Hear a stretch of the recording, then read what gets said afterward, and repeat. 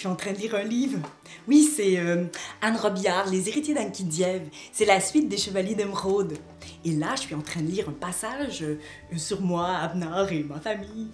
Je vous lis? Oui? D'accord. Les premières contractions se produisirent durant les premiers jours maussades. Heureusement, il faisait chaud dans la tanière où Abnar avait finalement réussi à allumer un feu magique. Lorsqu'il vit que la douleur s'intensifiait, il parvint aussi à faire briller ses paumes et à procurer un peu d'apaisement à la future maman. Le travail dura presque toute la journée. Puis, les uns après les autres naquirent 6 minuscules bébés à la peau blanche. Puisqu'ils n'avaient pas encore de cheveux, il était impossible de déterminer s'ils seraient aussi inhabituels que ceux de leur maman. Abnar aida Meria-Luna à laver les petits, quelque peu découragé d'une part qu'il en ait autant, et d'une part que ce soit tous des filles. « J'ai choisi leur nom, annonça la maman épuisée. Elles s'appelleront Larissa, Lavra, Leia, Lydia, Léonila et Ludmila. »« Comment arriverons-nous à les différencier? » ?»« À leur odeur pour l'instant.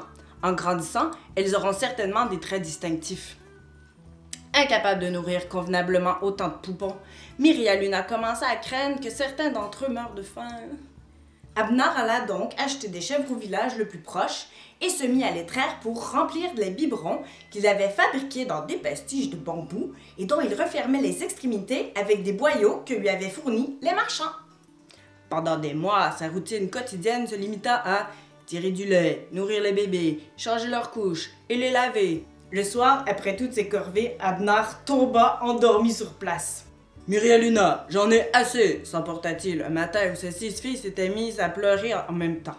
« Assez de quoi? » ?»« De laver des couches et des biberons, de courir après les chèvres. » Mais il ne s'agit que d'une courte période de la vie d'un enfant, Abnar. Bientôt, elles seront plus indépendantes et elles parleront, ce qui nous permettra d'avoir encore plus de plaisir en famille. Pour la suite, il faut le lire.